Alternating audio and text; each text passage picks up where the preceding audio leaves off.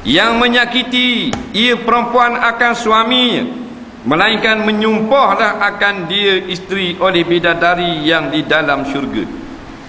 Apabila seorang isteri tidak taat kepada suami di dalam dunia ni, maka isteri suami tersebut yang di dalam syurga menyumpah dia.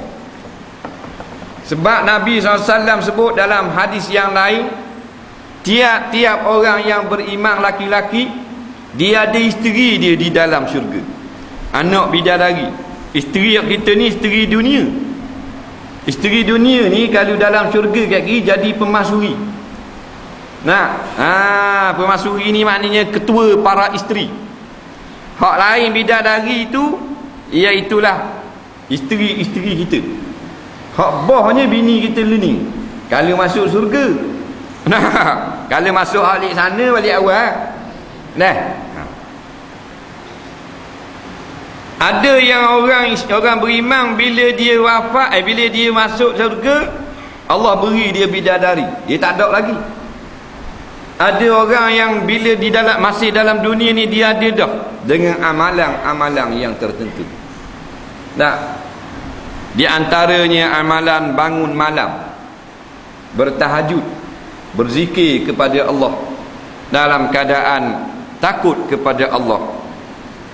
Allah beri seorang bidadari. Malam esok bangun pula boleh dua bidadari. Hak tu bila isteri kita lawan kita dalam dunia, isteri dalam surga tu kata, natang dia kata gitu. Kalau bahasa Terengganu tak berat, sebab dalam ni berat lagi. Qatala mana membunuh akan kamu oleh Allah. Mana mampu mudah buat nyanyi ke laki aku tu, jahat kamu. Nyupah tu kan. Isteri kita dalam surga ni supah, bukan seorang berderu.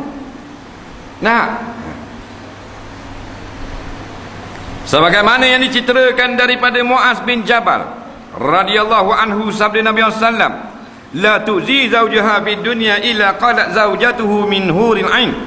Pasal apa? Pasal khayal terlampau comel, dak jadi kerja belaka.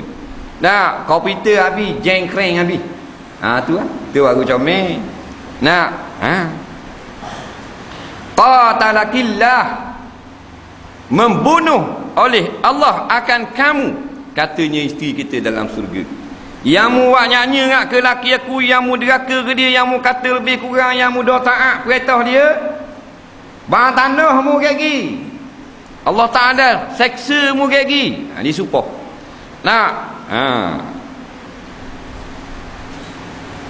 Kita tak tahu cerita alam ghaib ni. Wahyu Nabi cerita, kita ikut lalu. Ulama dah boleh nak ijtihad ni, masalah ada isteri pula belebel dia di syurga. Kena ada wahyu. Ni hadis mari cerita, kita royak. Maka sungguhnya iaitu padamu dagang berjalan, hampirlah ia suami bercerai akan kamu, datang ia mendapatkan kami. Katanya anak bidadari lagi, mu ingat laki mu duduk lama kamu? Habis lama 60 tahun, 70 tahun, matinya. Mari kepada kami, kerana dia orang beriman, duduk dengan bidadari. Kan roh orang beriman duduk di dalam syurga, selepas daripada menjawab segala soalan mungkar nakir di dalam alam barzakh, disimpan di dalam temolok burung yang warna hijau di dalam surga, berterbangan di dalam surga. Jasad ada kubur lah depan tu lah bagong. Roh dalam surga tu. Orang beriman ada isteri dah. Yang paling sedikit sekali dia akan dapat 70 orang bidadari. Bidadari ni tak ada lelaki, puang. Puang. Umur sebaya, muka comel serema. Kita tengok muka yang pertama, Allah pagluli batin. Tengok yang kedua menyembang terus.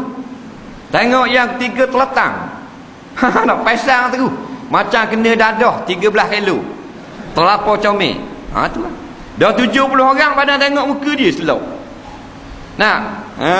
Sebab tu dalam hadis yang lain,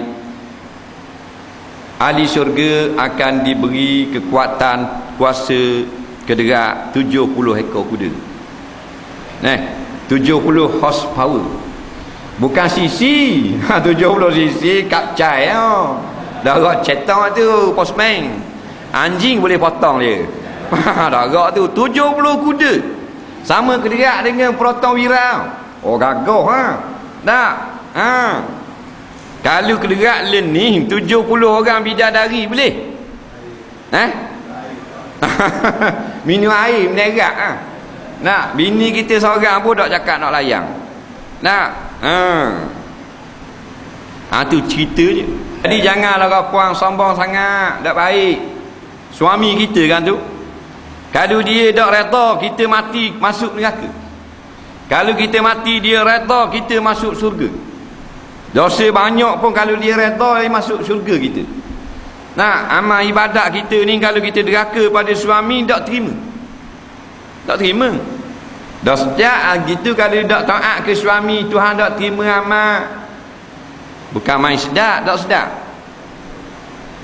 Sedap ke mana? Dah sedap orang lelaki pun kalau tak tunai nafkah, tak beri makan minum kepada anak isteri, Tuhan tak terima semayang.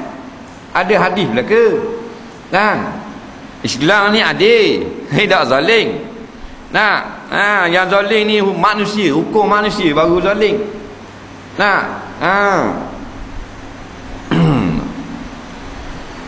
Mana-mana orang perempuan tak taat suami, semayang tak terima. Siapa dia pegang tangan suami minta maaf, minta ampun, suami dia kata aku halal lah segala kesalahanmu.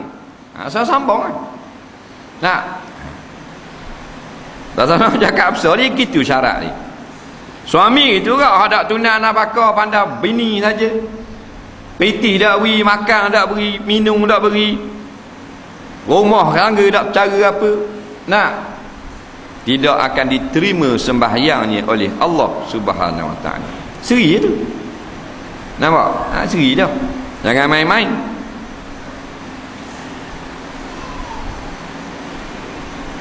Dan telah mengeluarkan oleh Tabarani, bermula perempuan itu tiada menunaikan ia akan Tabarani, bermula perempuan itu tiada menunaikan ia akan hukukillah.